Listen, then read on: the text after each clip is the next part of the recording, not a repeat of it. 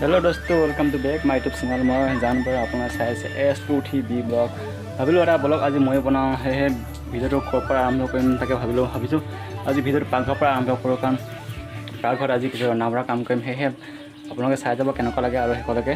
ভাত বনোৱা হৈ গ'ল, ভাত ৰেডি হৈ গ'ল, ভাতটো আগতে পাতি ৰাখিলে। এতিয়া আৰু হালধি মছলা আদা ৰচুনবিলাক ঠিক কৰিলোঁ। আজি বনাম ছাগলী মাংস, আপোনালোকৰ সোৱাদৰ অনুসৰি বনাম। আৰু ছাগলী মাংসটোৰ কাৰণে লৈছোঁ ৰচুন, লৈছোঁ পিঁয়াজ আৰু এইফালে আদা গুচাই আছে, আদা এইফালে মছলা লৈছোঁ। পটাপট এইখিনি আদা ৰচুনখিনি গুচাই লওঁ। আদা ৰচুনবিলাক সৰুকৈ টুকুৰা কৰি লৈছোঁ, তাৰপৰা মিক্সি জাৰত দিছোঁ। বৰ্তমান আদা ৰচুনখিনি মিক্সিত দি ল'লোঁ। এতিয়া এটা সৰু পাত্ৰত উলিয়াই লওঁ। এয়া মাংস কাটি চব ৰেডি হৈ গ'ল। এয়া লৈছোঁ ছাগলী মাংস আধা কিলো, এইফালে আদা ৰচুন পিছা আৰু হালধি। বেছি মছলা লোৱা নাই, এইফালে অলপ গৰম মছলা আৰু মিট মছলা অলপ দিম। মাটিখিনি ফটাফট ভাজা আৰম্ভ কৰি দিওঁ।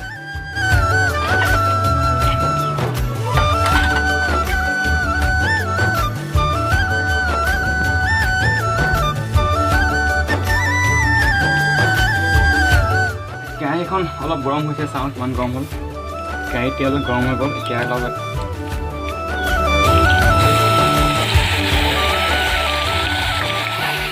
এইখিনি অলপ সময় ভাজি লওঁ, গৰম অলপ ৰঙা পোৱালৈকে মিক্স কৰি দিছোঁ। একদম মই থলুৱাভাৱে সাধাৰণভাৱে বনাইছোঁ, বেছি মছলা ব্যৱহাৰ কৰা নাই। ইয়াত অলপমান মিট মছলা মিক্স কৰি দিওঁ। বেছি তেল খোৱাও ভাল নহয়, কম পৰিমাণে তেল ব্যৱহাৰ কৰিছোঁ। সেয়া অলপ ইয়াত মিট মছলা অলপ দি দিছোঁ, বেছি নহয় অলপমান দিছোঁ।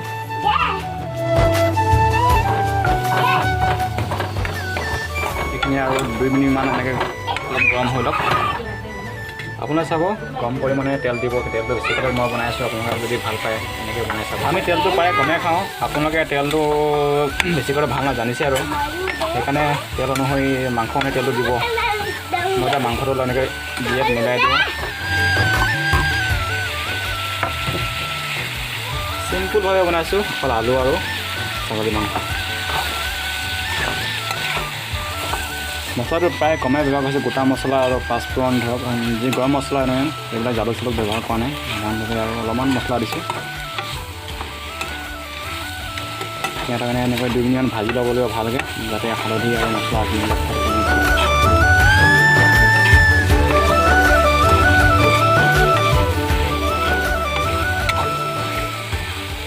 এনেকৈ চিম্পুলভাৱে বনাইছোঁ মাংসটো। আপোনালোকে বনাব কম পৰিমাণৰ মছলা, জালটো ইউজ কৰা নাই, ইমান জ্বলা নাখাওঁ। মাংসটো মানে ছোৱালীজনী আছে, সেইকাৰণে জ্বলাটো কমেই খাওঁ আমি, আৰু মছলা তেল অলপ কমকৈ ইউজ কৰিছোঁ। যদি ভাল লাগে ভিডিঅ'টো লাইক কৰিব আৰু চেনেলটো প্লিজ ছাবস্ক্ৰাইব কৰি ল'ব। অলপ ভাজি ল'লোঁ, ভাজি লৈ এতিয়া অলপ নিমখ দি দিওঁ। নিমখটো আপুনি সোৱাদ অনুসৰি নিমখ দিব। নিমখ দিয়াৰ পিছত আৰু অলপ সময় ভাজিব ভালকৈ, তাতে মাংসখিনি সম্পূৰ্ণ নিমখখিনি লাগে আৰু এনেকৈ কিছু সময় ভাজি থাকক।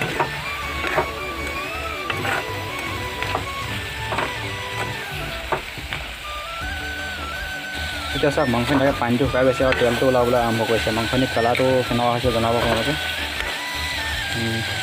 এতিয়া 2-3টা মিডিয়াম চাইজৰ আলু লৈছোঁ, সেই আলুখিনি দিওঁ। আলুখিনি দি ভালদৰে লৰাই দিছোঁ।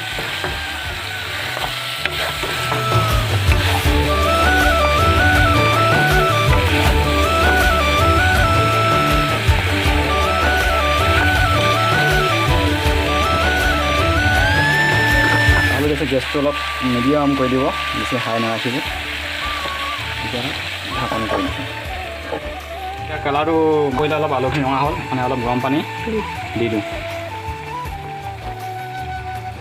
অলপ পানীটো অকণ বেছি দিব, আপোনাৰ অলপ ছাগলী মাংস জোলে খাই পাৰে, সেইকাৰণে অলপ মাংসটো উতলি পানীটো ৰখা লাগে আৰু যিমানটো চাহ নহয়।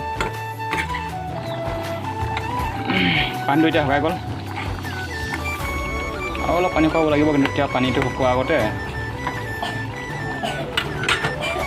এয়া দিছোঁ ধনিয়া পাত,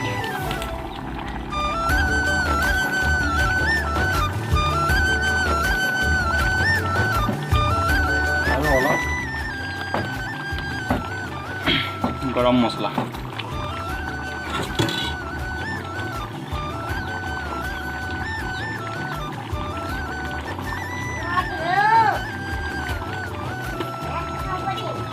অকণমান গৰম মছলাটো বেছি দিয়া নাই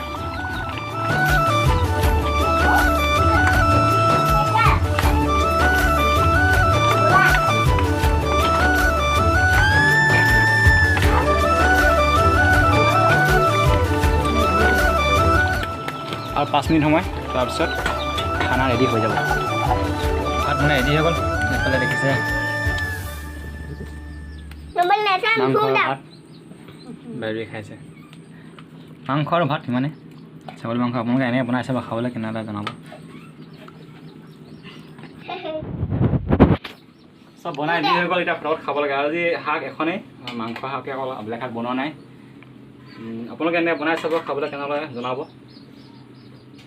অকল মাংস আৰু আলু বছৰ কোৱাক নাই মানে তেনেকৈ ফটক খাই লওঁ গৰম কালাৰ ঠিকেই উঠিছে